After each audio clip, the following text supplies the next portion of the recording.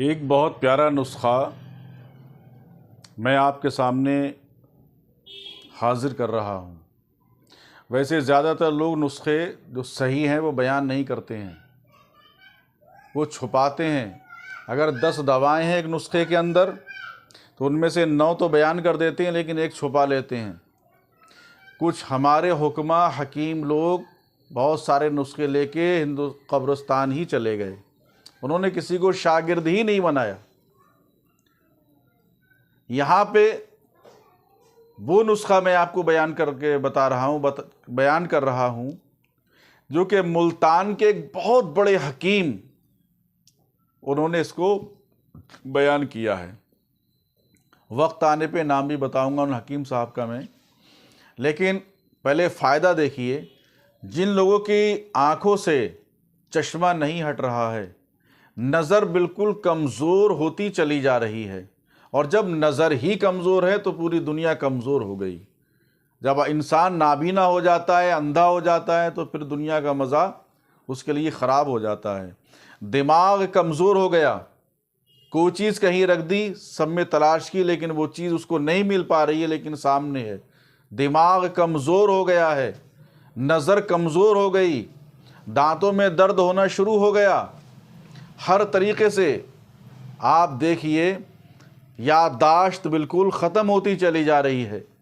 ایسے لوگوں کے لیے میں ایک نسخہ پیش کر رہا ہوں، بہت انمول نسخہ ہے، اور میں یہ کہتا ہوں کہ آپ دعوے کے ساتھ پہلے اس کو خریدیے اور خرید کے خود استعمال کیجئے، آپ خود بھی حکیم بن جائیں گے، اور پھر آپ اس کے فوائد دیکھیے۔ ہم یہ نہیں کہتے کہ آپ یہاں پہ آئیے دوا لے کے جائیے، یا ہم آپ کو پارسل کر کے دوا بھیج رہے ہیں، بلکہ آپ خود ہی اس کا استعمال دیکھیے۔ لیکن جو بھی دوا ہم بتائیں وہ یاد رکھیے وہ ہمدرد کمپنی کی ہونا چاہیے۔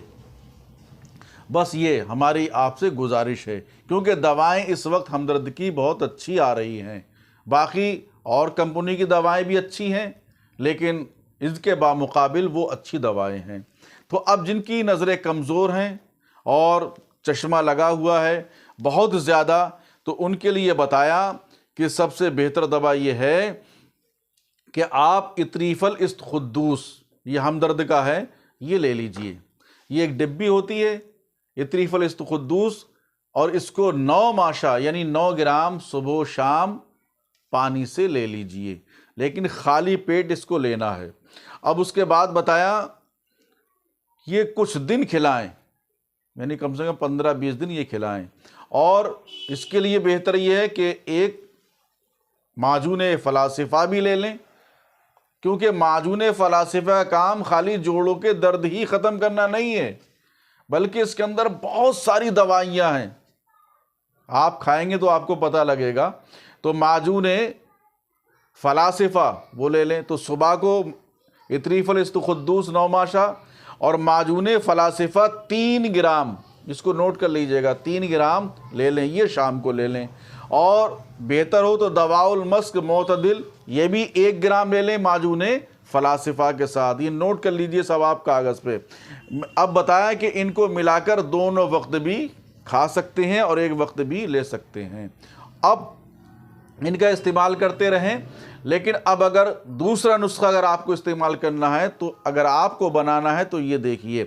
بتایا کہ پہلے دار چینی 3 گرام لے لیں، دار چینی ہر گھر کے اندر پائی جاتی ہے، دار چینی 3 گرام اور استخدوس 3 گرام۔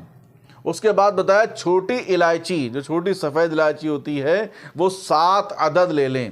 اس کے بعد 250 گرام پانی میں جوش دیں اتنی دواؤں کا، اور چھان کر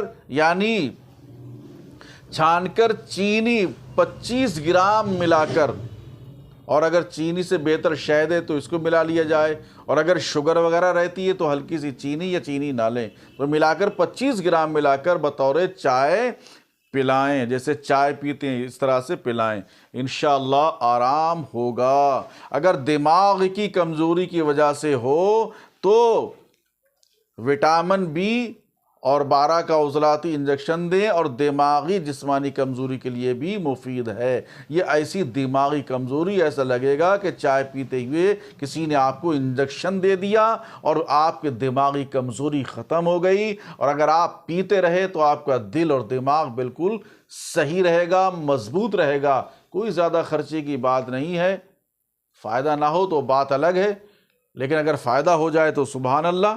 ایک دو بار آپ ضرور اس کو استعمال کر کے دیکھیے، اور انشاءاللہ بہت سارے نسخے ہمارے پاس ہیں، بہت ساری دوائیاں ہیں، ہم آپ کو بتائیں گے بغیر کسی لالچ کے انشاءاللہ، اور آپ بھی دوسروں کو بغیر لالچ کے ضرور بتائیے گا۔ جب آپ دوسروں کا بھلا کریں گے تبھی آپ کا بھلا ہوگا۔ بہت سارے لوگ اس بیماری میں مبتلا ہیں، سر کی، دماغ کی، کوئی زیادہ مہنگا نسخہ نہیں ہے، آپ کھلائیے اور انشاءاللہ پھر فائدہ دیکھیے گا۔ اس کے بعد ہم آپ کو اور بھی بہت سارے نسخے بتائیں گے۔